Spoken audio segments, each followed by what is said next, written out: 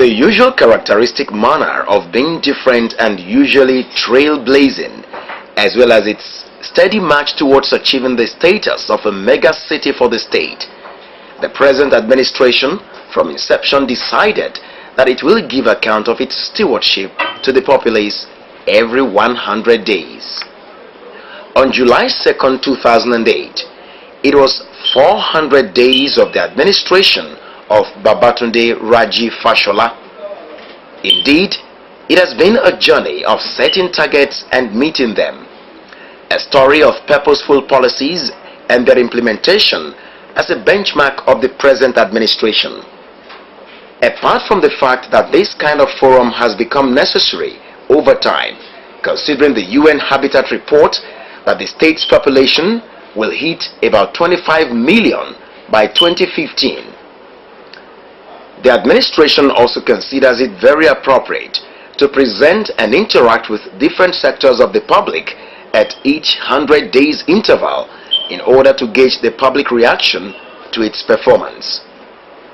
Devoid of fanfare, the day was more of an interactive session used as an opportunity to involve the organized private sector, OPS, in the governance of the state. The very first of these events put us under a lot of pressure when we came in. What were we going to do in 100 days and all of that, and there was this big hype that has been there about the 100-day celebration. And really looking at where it all started from. In the United States, in a period of Great Depression, all that was remarkable about the initiator of the program was that he achieved legislative reform in 100 days. That was all he could show. He pushed Congress to pass very many stringent and radical laws. In the event, at the end of his tenure, quite a number of those laws were struck down as being unconstitutional. And therefore, we thought, well, after all of this hype about new government for 100 days, what are we going to do as a government to signpost the fact that we mean what we say and we intend to make a difference? And we decided that every 100 days after that day until we leave, we will report to various sectors of our economy to say what we are doing and report progress. Furthermore, it was also an opportunity for various commissioners and chief executives of various government agencies and parastatals to render accounts of stewardship to the populace whom they have served for the past 400 days, and also to showcase various sectors of the economy. The Administration of Criminal Justice Law 2007 was formally launched, and by launching it we mean that we implemented its provisions by establishing the foundational institutions that were required to operate the law. The law in many senses is quite revolutionary. It is to supplant what existed for 40 years, the Criminal Procedure Law of Lagos State, which had not been reviewed for 40 years, and many changes were evidenced in the challenges that the agencies administering the criminal justice system were facing.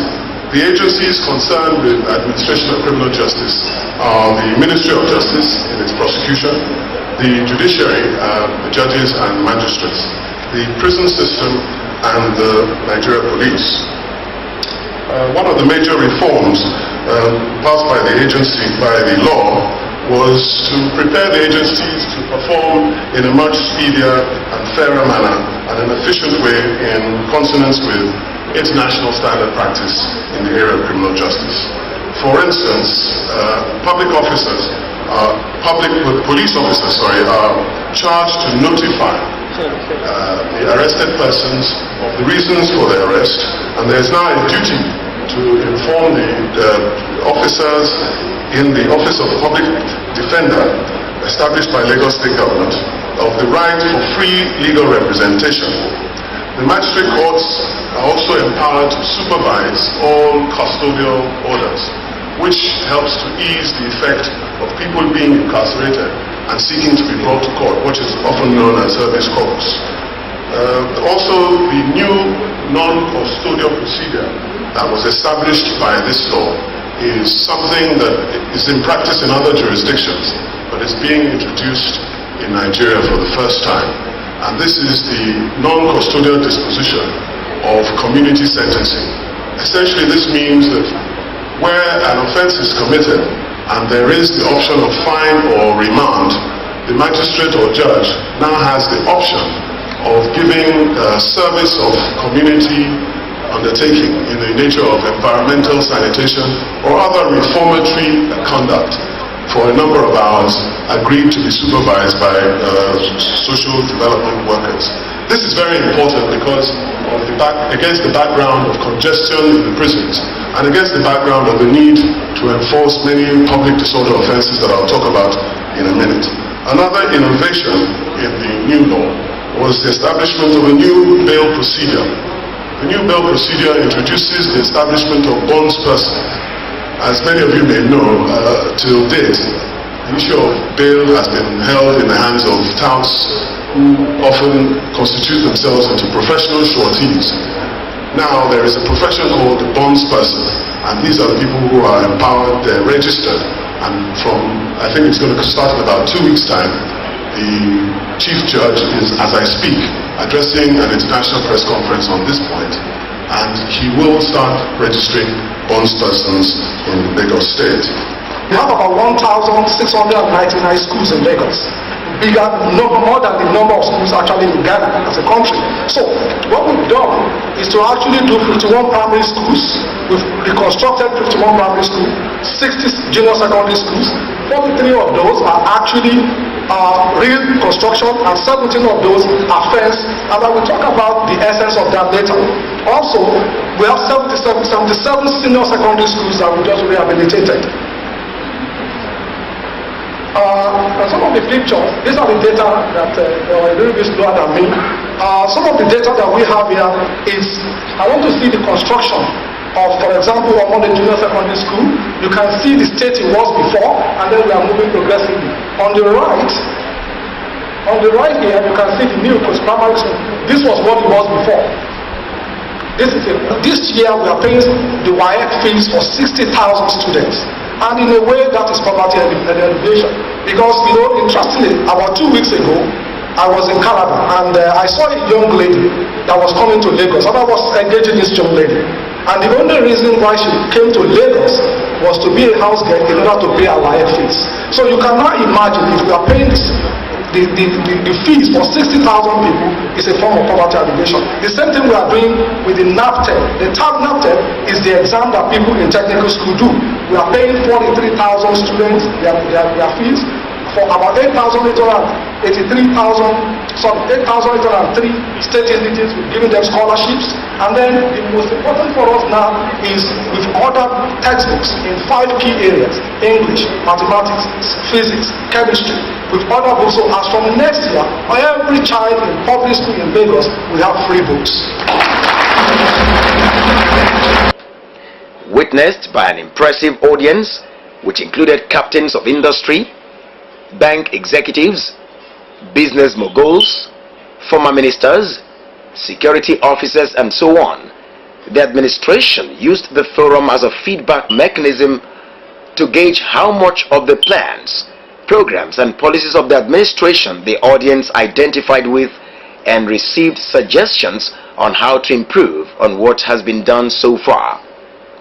On their part, the audience used the forum to ask questions on various areas to further convince them of the importance of investing in the economy of the state. One of such questions was about multiple taxation, which had over time become an issue in the state. And since the administration has always canvassed for voluntary compliance with tax payments, which is believed would increase the government's capacity to provide infrastructural facilities, the governor used the opportunity to shed light on the issue. A recent audit of some of the banking institutions and financial institutions, only 5, produced figures in excess of 3 billion as monies that were due to this state and were not remitted. So by the time we complete the audits, you can imagine what we will find. Now, the process of the audit costs us a lot of money.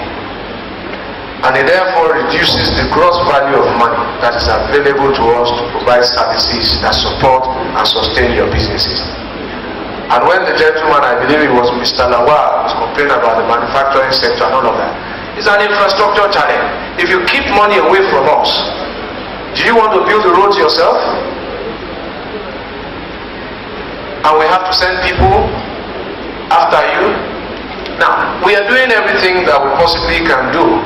We can do a lot more if you give us suggestions. As I've always said, our resistance to change is very, very low. We will change once we see very persuasive argument. We've put in place an incentive program that acknowledges companies and individuals who pay their taxes voluntarily and adequately. And I must again here publicly acknowledge Chief Razak Akone Okoya and Chief Emeka Anyanku, who were the first awardees for tax compliance. They voluntarily walked to Alausa, open their books and say, assess me, I want to pay. We don't need to go to the house. They come here every year by themselves. I also want to acknowledge and commend IBTC and Coca-Cola who won the awards for last year. I hope that in this war, hopefully in January next year, we will see new winners, and then the custom and practice of tax compliance will be better for the benefit of all of us. Mr. Epaye has told you that we are trying to spread the tax burden and therefore spread the responsibility so that we can collectively share the burden. But if I hike my tax, while Chief Okoya pays his, he's not the only one that benefits from it. The roads we build do not benefit only him. Considering the passion of the administration on security of lives and property in the state and steps taken so far since the inception of the administration, plus the positive results that have been achieved in that sector, the audience still clamored for more assurance on how safe their investments are or will be in the state. I am happy to note the responses and the use of the SOS number, the 767 number. But as the Honorable Commissioner for Establishment has said, we face a challenge right now. Just so coincidentally, about 24 hours after that number helped to save lives and to arrest armed robbers in Lekki. Because I was advised that there was an armed robbery incident, I think it was on Saturday or so, and a call was put through to that number, and in exactly 93 seconds the rapid response team deployed, seized the robbers and protected lives. And I must thank the media for putting that in the public domain. I believe yesterday's newspapers and the day before yesterday's. As I said, every time we smash on the front page, armed robbers kill 2. We should also put back on the front page when police arrest armed robbers. We must encourage them. They're doing a thankless job. But the challenge right now is that there are issues with the National Communications Commission, NCC, about the frequency on which that line is being operated. I think that there have been some prior commitments that have created a mix-up. And just yesterday, as the Honorable Commissioner for Establishment mentioned, we took up this matter with the Vice President, that they should allow this number to remain operational and enforced until such a time as we can resolve whatever issues exist. It is a known fact that manufacturers are the richest employers of labor and obviously would continue to be. And so, their roles in the development of any economy cannot be overemphasized. But based on past experiences, it seems the manufacturing companies are skeptical about the economic situation of the state and the country at large. Based on this, the forum created an avenue to reassure the manufacturers once again that efforts are being made by the state government to make the environment much more conducive for them. One thing about Governor Babatunde Fashola is his passion for the grassroots, and since the local governments are closer to these people, he has always canvassed for more money for the local governments in order for the nation to meet the Millennium Development Goals (MDGs. The issue of the funding of the local governments has become imperative if the nation intends to accelerate development and fast-track its pace at meeting the targets on the MDG. More money needs to be put at the disposal of local governments, as they are the real engines of growth of any economy. His Excellency has done a fantastic job in encouraging private businesses such as Honeywell Group, like myself, actually take seriously and invest into the infrastructure of Lagos. And the Governor has done a fantastic job in basically focusing on what the Lagos needs, for example, transportation, and obviously power as well, and a number of other initiatives. And obviously with private sector experience and aptitude together with public needs, I think we can actually achieve great things, and the Governor has done a fantastic first step in the right direction. It has had a tremendous positive impact so far. If you look at the infrastructure that has been started, I will just give you a typical example.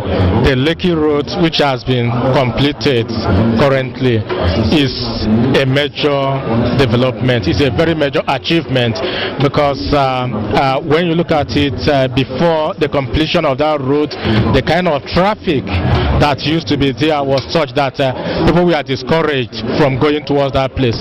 But with that road right now, you can see a lot of activities going on there. Now, if you look at the traffic we have towards the central Lagos Island, especially around Broad Street Marina, you can see some major developments going on there. So to a very large extent, his stay in office so far has impacted the private sector positively. This administration has proved within a short period of time that the mandate given to it is based on proven intellectual and democratic credentials. It is also clearly proven that the administration would justify the confidence the populace has reposed in it. He has done remarkably well, and we are impressed. In fact, I read his interview with Sunday Punch, and some of the things that we were going to raise today have been addressed by him. And they have been addressed, and some of them have been brought to the front burner to be addressed. He's doing very well. Take the issue of security. Security of life and property. He has used every opportunity to make sure that there is security of life and property in the state. And one thing that is left is to address the issue of poverty and unemployment, because that has effect on security of environment. And also the issue of land use act and security and land, because we want investors to come to Lagos State. So once the cost of acquiring land is not so prohibitive, many investors will come to Lagos State, because if the cost of land and getting government's consent is reduced, more investors will come to Lagos State. He has done a lot, and believe me or not, he has a lot in stock to be done. He will do more than we all expected. He will do more than what we expected. But what we are expecting him to do more is to make the water transportation system. Because the bus is good, but we haven't got enough road. Not enough road. We have to allow the private participation in the water system. You can link anywhere with water. They should allow water transportation system. It's very important. And this is, I hope it should concentrate more on this, because it will help the traffic. He is a governor who understands the workings in the private sector. The moves he has made are very strategic, and he is doing one thing which is very unique. and that's having these interactive sessions with various segments of the community. Today's get-together is another feather in his cap, because he has today brought together the big wigs, the medium wigs, and members of management of the very many companies that operate in Lagos State. In fact, when you look at him, and if you know him, as some of us do, we are not surprised. We are told, for example, that young men are dynamic because they are young and they need some wisdom. But I think God has given him some wisdom, so he is wisely dynamic. I wish him success in the prosecution of his future programs. Within just 400 days in office, the administration of Governor Babatunde Raji Fashola has demonstrated that given the necessary support, this state, though the smallest in terms of size, can become the foremost state in the entire West African region. By implication, the massive transformation currently going on has indeed become a true manifestation of a highly committed and dedicated administration. Imagine what the situation will be in the next 1,000 days.